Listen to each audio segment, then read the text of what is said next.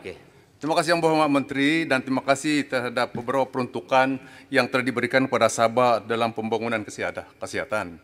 Dalam perbahasan saya saya menyatakan bahwa di antara cabaran yang paling penting sekarang ialah untuk mempertingkatkan keupayaan makmal untuk menguji COVID. Sekarang ini dia punya kapasiti baru 2.500 sampel dalam sehari. Dan sedangkan yang diterima setiap hari di antara 3.000 hingga 7.000 dan selebihnya dihantar dengan menggunakan pesawat ke Kuala Lumpur ataupun ke Semenanjung dengan menggunakan pesawat UDM. Oleh sebab itu, kos itu tinggi.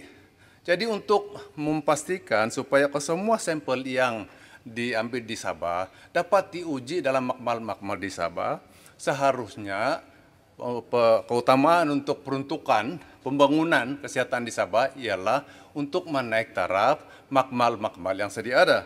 Jadi Yang Berhormat tadi telah menyatakan hanya 1,6 juta untuk menaik taraf makmal. Saya difahamkan untuk mendapatkan satu aset untuk ujian COVID ini. Aset itu sekurang-kurangnya dalam kos sebanyak 10 juta sebagai contoh.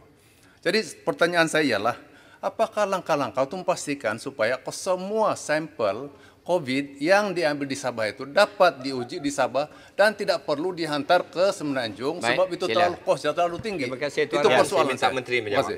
Ya, kerana yang saya maklum tadi yang 1.4 juta itu untuk makmal kesihatan awam Kota Kinabalu saja. Ada lagi makmal molekular Jabatan Patologi Hospital Tawau, Sabah ada buat. Saya tahu. Ya. Di makmal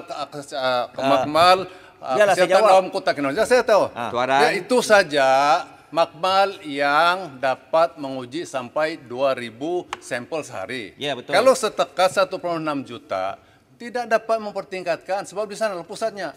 Kalau tidak membuat pembelian aset sampai satu aset untuk ujian ini, dia dapat mempertingkatkan keupayaannya. Boleh, kita ambil maklum. This is unprecedented. Sebenarnya wabak COVID-19 tak pernah berlaku sebelum ini. Jadi persediaan untuk Mama Sabah kita sedang naikkan termasuk di Tawau, Sandakan dan juga kita juga mau membuat mobile makmal molekular modular yang berhormat sebelum ini pada bulan Mac MCO yang dulu sedangkan sampel daripada Lahada itu diangkat dengan kereta ke Kota Kinabalu sebab tidak ada kapal terbang. Tidak ada langkah-langkah yang diambil untuk menaik taraf makmal pada ketika itu. Jadi oleh sebab itu dalam budget ini kenapa tidak diberi peruntukan untuk tujuan itu? Ada yang ada. Itu persoalan saya. Okey, kita ambil maklum ada. Tuan, dengar jawapan daripada Menteri Tuan. Ada. Sila. Okay.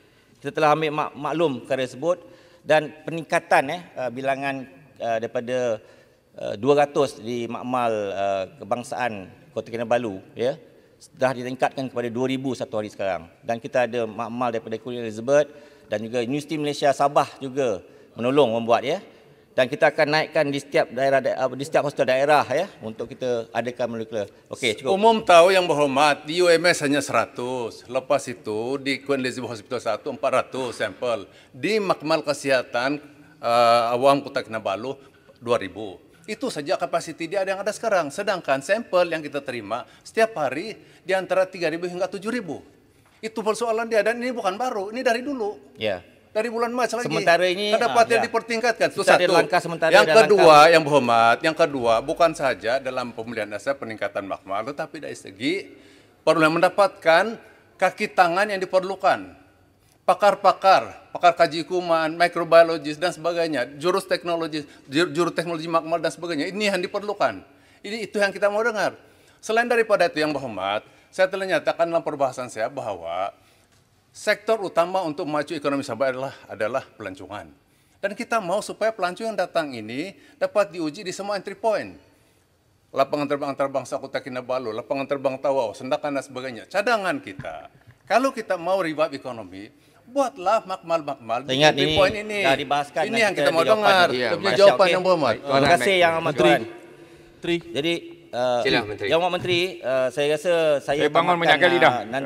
Semua soalan-soalan yang dibangkitkan akan ada saya perkara hantar penting kepada maklumat Menteri yang bagi kasihan pada Pontian. Pun membahas. Pontian tak jawab tadi. Terima kasih Speaker.